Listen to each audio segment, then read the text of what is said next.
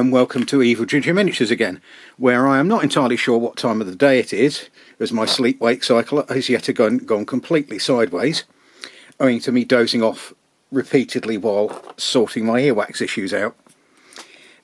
Here we're going to be extraordinarily old school, and we're going to be using some Humbrol enamel primer on these lovely metal models. This is because I've pretty much run out of the metal primers that I normally use, the acrylic ones, and the most reliable source of them, which is Reaper, are currently out of stock of the white. So I'm going back to 1976 and I'm using Humbrol's grey. Not a huge fan of grey as a colour, but it is better than black, and in that you can still see it. Now this is too thick to really use at the moment because that will look bother. Alright, we'll try that one again. This, by the way, is a very dead paintbrush. You should really use nails for this sort of thing, but I don't have any I could find. And at 3 o'clock in the morning, or whatever this is, wandering down to the post office, sorry, to the DIY shop to pick up some 3-inch nails, which is... Now this is my water pot, or it's the enamel equivalent of water pot. It's full of white spirit, and it's dirty, and it's basically what I use for washing out brushes, but you don't need to bother too much with keeping everything clean. I'd use this as a clean one if I got the bottle over. Now you dilute it so it's about single creamish consistency. This is actually thickened up a bit because I don't use it very much. Fresh out the tin, it doesn't need much diluting down, and you just plaster it on. The downside to this stuff is, unlike acrylics, which will take minutes to dry, this won't be dry for hours. And you put it on relatively, bodge it on, and you work it into the model. It's one way of achieving a thin, high pigment coat. I do have other primers, acrylic primers, available, but I don't find they work as well as I would like on metals. And you keep swelling your brush out in this. You don't have to swell your brush out quite as assiduously as you do with acrylics, because you're less likely to have paint dry in your brush as you are with acrylics. So if you use enamels, your brushes are likely to last a lot longer than acrylics, because, as I say, acrylics tend to dry in your brushes if you don't continually wash them out, and then you have to dry your brush, because if you use a very wet brush you can over dilute things and have paint run everywhere. Slightly thicker paint is always more controllable than thin runny paint, especially if you're using a low viscosity solvent or medium, like either white spirit in this case or water. As you can see, you just work it into all the cracks. It's just like doing any sort of walling with a detailed with a textured surface. Just put a bit more in there because I do like a very thin coat of primer, because your primer is only meant to do one job, which is to make your paint stick to the underlying figure. And so you want the thinnest coat you can get in order for it to do that, because you want to use your allowance of thickness, shall we say, to work on to use with the actual painting, where you'll be layering paints and that sort of thing.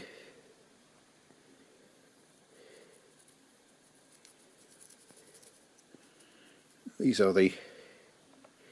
I always dislike that bit under the barrel, a bit on a rifleman or a two-handed weapon guy where you can't see.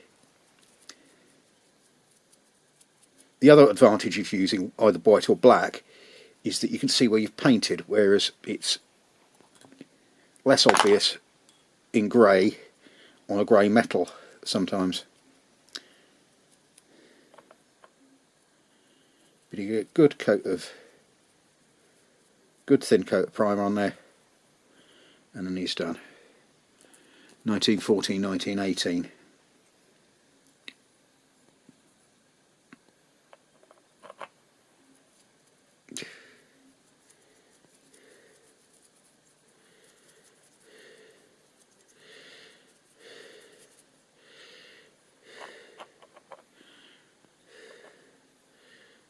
I find painting, when I can do it,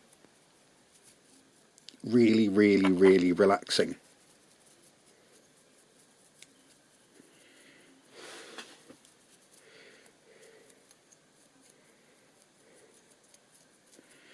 And when I'm doing enamels, it reminds me of the ancient days when I used to do synthetic chemistry in school laboratory at dinner time, and all of the lovely organic chemicals that smell all so gorgeous and were probably highly toxic. In fact, almost certainly were highly toxic, because halfway through my school days we went from splashing benzene about like it was water, like it was tap water, to it going in a fume cupboard, and that happened a lot with the more useful chemicals, because it suddenly became apparent that they were all carcinogenic to some degree or another. So that might be very well the way I go out.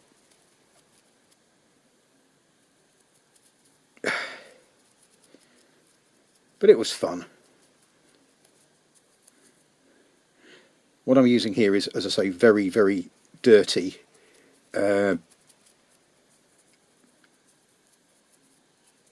white spirit. The thing about it is, if you leave it standing, it will, like paint water, sediment out. And again, as you're doing this, you're constantly looking for little bits and pieces of flash you might have missed the first time over, because flash, especially the little curly bits which are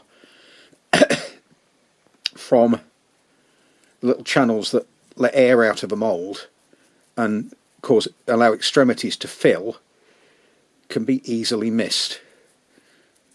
And there's few things more annoying in painting than getting to a quite late stage and then discovering one and having to hack it off, or decide whether or not you're going to bother to hack it off and hope people don't notice.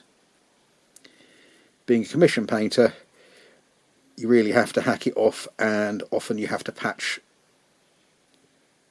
paint the area.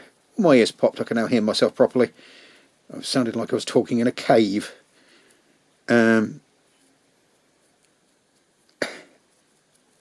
Yeah. If it was still free on the NHS, I would be getting my ears syringed round about now.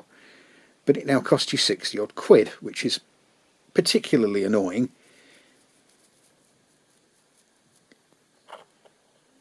As the thing about the NHS is that you've already paid for it. And if you haven't, you will pay for it, because that's where your taxes and your national insurance go to. And it's, when done properly, the most efficient health service in the world. However, it hasn't been done properly for a considerable period of time, so it's no longer.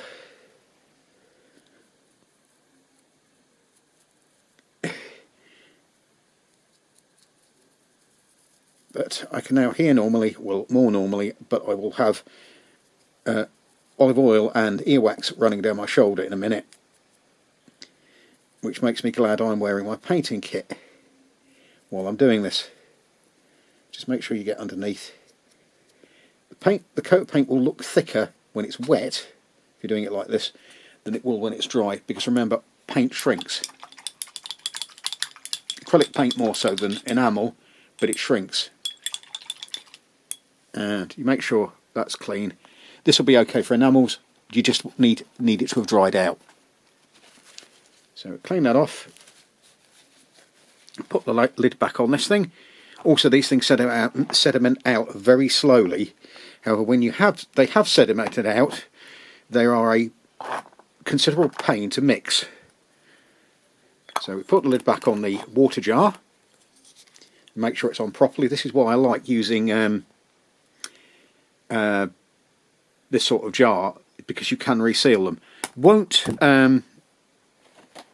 help if you turn it upside down, but you don't want to be turning upside down. It's also worth cleaning off the... It's not on the floor. Oh, yeah, not a professional floor. This is why all my stuff ends up on the floor at some point.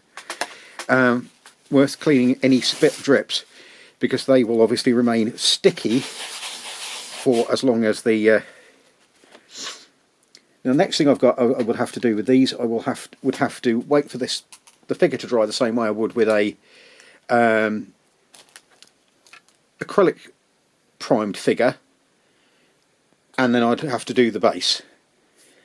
Strictly you don't need to, but it just means it's all the same colour to overpaint. And that's it. Don't know how long that took, but that's it for now, and I might be editing all of this into a bigger video at some point, but I'll show you.